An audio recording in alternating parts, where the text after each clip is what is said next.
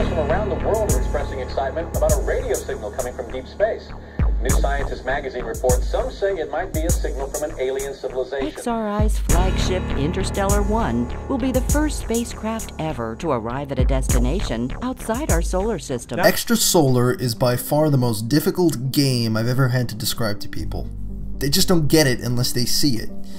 Part alien planet exploration simulator and part poorly written narrative, Extrasolar seeks to blur the lines between games and reality by messing with how we experience them. As a forewarning, I'll have two parts to this review. The first will be mostly spoiler-free, and the second will be pretty full of them.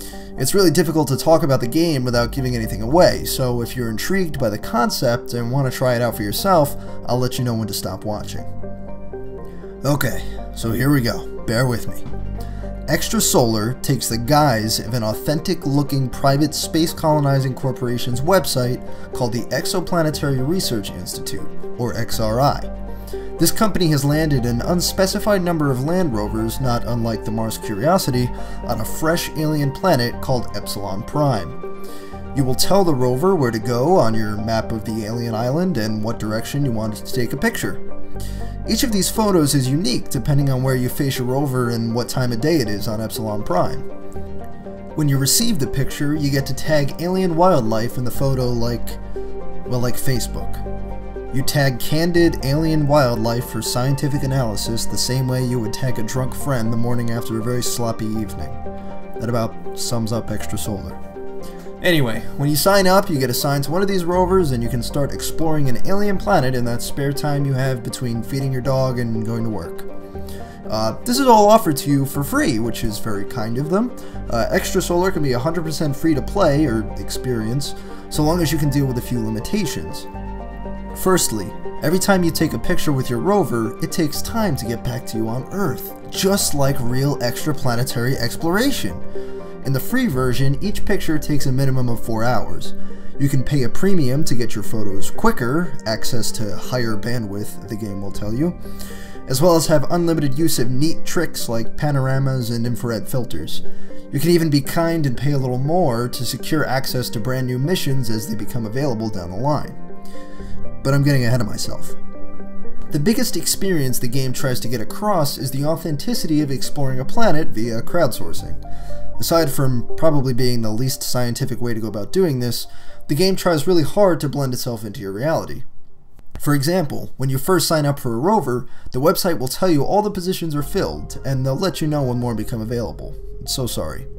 Then you'll go back to checking your emails again for the 500th time this hour because you clearly have no life if you are sincerely hoping for a chance at exploring a fake alien planet. And then you'll see it. An email from a mysterious hacker that is formatted an awful lot like spam. They promise they can get you a rover if you follow this link. Wait a minute. This is their email verification system. Cleverly masked with narrative and intrigue. Well done, Extrasolar, you have my attention. Once you get in, you'll find yourself doing tasks for a Robert Turing, someone from XRI in charge of guiding these crowdsourced rovers. There's also a lady obsessed with plants, like your intro to biology teacher, who's constantly giving you extra essays and dissertations as, quote, optional reading. Then there's this mysterious hacker who claims XRI is up to no good and gives you special tasks to complete.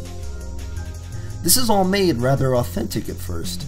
The setup is good, the concept sounds like fun, and there's definitely a certain sense of excitement and anticipation when you wait to get those first photos of an alien planet back, as fake looking as it ends up being. The promise of discovering alien life and possibly uncovering a government cover-up is a juicy carrot at the end of a 4-hour-long stick. Initially, the world they create is quite realistic. You're given the aforementioned scientific documents that give some credibility to the whole venture, as well as news articles about real-world events that they tie into their narrative in a very not-so-subtle way. I'll get into more of this in the spoilery section, but unfortunately, Extrasolar loses a bit of its initial excitement almost very quickly. Each photo you receive, despite being unique, starts to look the same. The tasks you are given are also generally not very exciting. You can only be asked to photograph the same plant 3 different times so often before you start thinking filing your tax returns would be more exciting. If this sounds like something you'd like to experience for yourself, by all means go ahead and check it out. It is a neat concept. Blending reality and fiction is akin to something like that Ingress game, if that's still a thing. It's something fun to play with, but there are always those gamey aspects that take you out of the experience, and Extrasolar is guilty of this on multiple accounts. It's namely the piss-poor voice acting on behalf of the major characters you interact with. You used to be so much more original, Ryan. How's work? You think you're safe from me because your little crowdsourcing plan keeps you in the public eye? Alright, so with that in mind, I'm going to venture into the spoiler territory in order to rip Extrasolar wide open. So stop now if you plan on playing this. Are they all gone? It's just us? Okay, good. So, to cover all the major points of the game, you come across abandoned structures of intelligent aliens. There's also a government conspiracy involving misappropriation of funds from the Iraq War. Anybody who finds out about this ends up dead. And there's also a subplot involving the hacker's dead father. Only one of these is really compelling, and that's Extrasolar's biggest problem. The alien setup is really freaking cool. Finding an alien construct in one of your photos and at times getting to listen to the beacon it emits is haunting and hair-raising. Getting to listen in on smaller chattering alien animals makes the landscape feel more real than any picture, and draws you back into that authenticity it had so effectively started out with.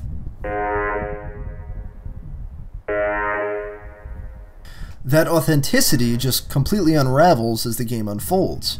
You're given tasks by Turing and the hacker and tugged along from one part of the island to the other in what's really akin to a bunch of fetch quests. All the while, the hacker will feed you information and make requests so you can uncover the conspiracy. This element of the narrative just makes no sense for what the game is trying to do. It's also just poorly written. Listening in on phone conversations between military generals and their secretaries just ends up not being very compelling. What ends up happening is that Extrasolar quickly becomes about these other characters instead of about you exploring an alien planet and maybe piecing together bits of a conspiracy on your own. Everything is fed directly to you, and the game leaves nothing for you to interpret on your own. Even when you get to the point where people are being killed off because they know too much, there isn't a single mention that you, the player, might also be in danger. After all, you hold all the evidence needed to bring down a multi-million-dollar space program in your game's inbox. That should count for something. It never does. The endgame involves a wrap-up of the hacker father's sub-story that honestly I could not care less about. Guys, I just discovered the ruins of an alien civilization. There is zero resolution regarding the aliens. There was the promise you might get to explore a new part of the planet sometime in a few months, but the game leaves you very little in the hooking you to come back department. And I'm sorry, I know I mentioned before that the voice acting is bad, but I just wanted to take another moment to emphasize that it's actually complete shit. Since 1995, trillions of dollars have gone missing from the Pentagon, and it's all been transferred to Edna. Ha! You have nothing. Theories. A conspiracy. No, we have records. We have proof. I know this game is free to play and all, but seriously, find someone in the office that could muster a little more emotion.